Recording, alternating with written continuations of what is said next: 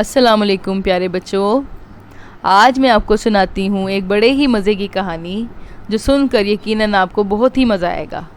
इस कहानी का नाम है मीठे का गधा। एक दफ़ा का जिक्र है कि एक गांव में एक लड़का रहता था जिसके माँ बाप उसे प्यार से मीठा कहते थे। तो मीठे ने एक गधा भी पाल रखा था जो इंतहाई सुस्त था, सारा दिन खाता रहता था। गधा किसी काम का नहीं था। एक दिन मीठे की माँ बोली, अरे मीठे, तू इस गधे को बेच क्यों नहीं देता? सारा दिन खाता रहता है, काम का ना काज का, दुश्मन अनाज का। इस पर मीठा कहता है, माँ तू तो बस सारा दिन मुझे बातें सुनाती रहती है, बेचारा मेरा खोता घास ही तो खाता है। इस पर मीठे के बाप ने जवाब दिया, अरे बेगम क्यों बोलती रहती है मीठे को, जो कर रहा है करने दे। और मीठे तू भी माँ की बात मान ले, बेच दे इस खोते को। इस पर मीठा बोला, तुम लोग तो बस मेरे खोते से जलते रहो, इतना अच्छा तो है। ये कहकर मीठा गधे को प्यार करने लगा। फिर क्या था, गधे ने खींच कर एक लात मारी और मीठा धड़ाम से नीचे गिर गया। बेचारे को बहुत शर्म आई। मीठे के अब्बा को तो बहुत हंसी आई, कहने लगे, हा हा हा, अब मजा आया तेरे को। मीठा बेचारा सर झुकाए घर से बाहर चला गया। उसी गांव में मीठे का एक दोस्त रहता था जिसका नाम रफ़ीक था। उसे सब प्यार से फ़ीका कहा करते थे। फ़ीके के पास भी एक गधा था, लेकिन फ़ीके का गधा बहुत मेहनती था। फ़ीका रोज़ाना अपने गधे पर सामान लाता और शहर जाकर महंगे दामों बेच आता था। एक दिन फ़ीके की बीवी बोली, फ़ीके, अपने खोते को कुछ खिलाया भी करो, वो बहुत मेहनत करता है। जिस पर फ़ीका बोला, अरे बेगम तू अपना मशवरा अपने पास ही रख। ये कहकर फ़ीका शहर की जानिब चल पड़ता है। अभी गांव में रास्ते में ही होता है कि उसे मीठा मिल जाता है। मीठा बेचारा अपनी माँ की जली कटी बातें सुनकर पहले ही उदास होता है। फ़ीके को देखकर उसे रहा नहीं जाता। फ़ीके को देखकर बोलता है कि अगर तुम बुरा ना मनाओ तो मैं एक बात कहूँ, यार तुम अपने गधे को कुछ खिलाया भी करो, बेचारा कितना कमज़ोर है।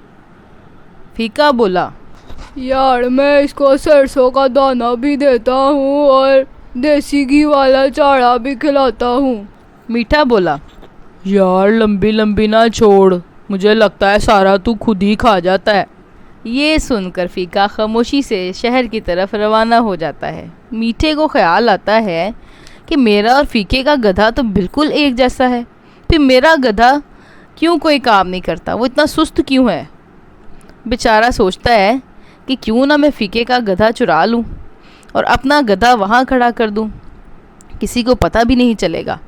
बस फिर क्या था, मीठा रातों रात गधा बदल लेता है। सुबह सुबह उठता है और गधे पर सामान लादना शुरू कर देता है। इसका बाप बहुत हैरान होता है। वो सोचता है कि इसका गधा तो बहुत सुस्त था, ये क्या। खैर वो बड़ा खुश होता है और बोलता है, वाह मीठे, तू तो बड़ा कारीगर निकला, तूने भी इस निकम्मे खोते से काम ले ही लिया। इस पर मीठे की माँ भी बहुत खुश होती है और कहती है, वाह मीठे, तू तो बड़ा काम का निकला।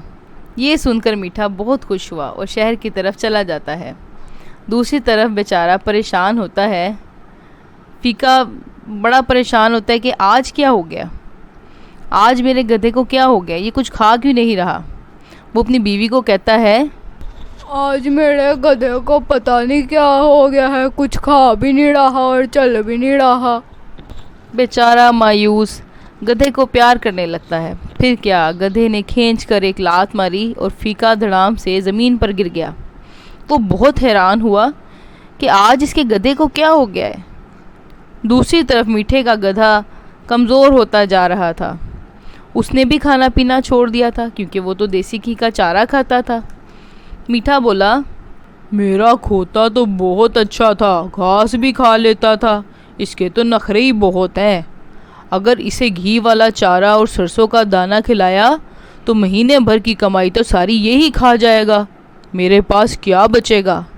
मीठा कहता है, रह भूखा, मैं तो तुझे इतना नहीं खिला सकता। गधा बेचारा दिन ब दिन कमज़ोर होता चला गया और दूसरी तरफ फीके का गधा रोज़ बरोज़ सेहतमंद होने लगा था। एक दिन मीठे ने देखा कि फीका अपने खोते पर सामान लाद कर शहर की तरफ ले जा रहा था।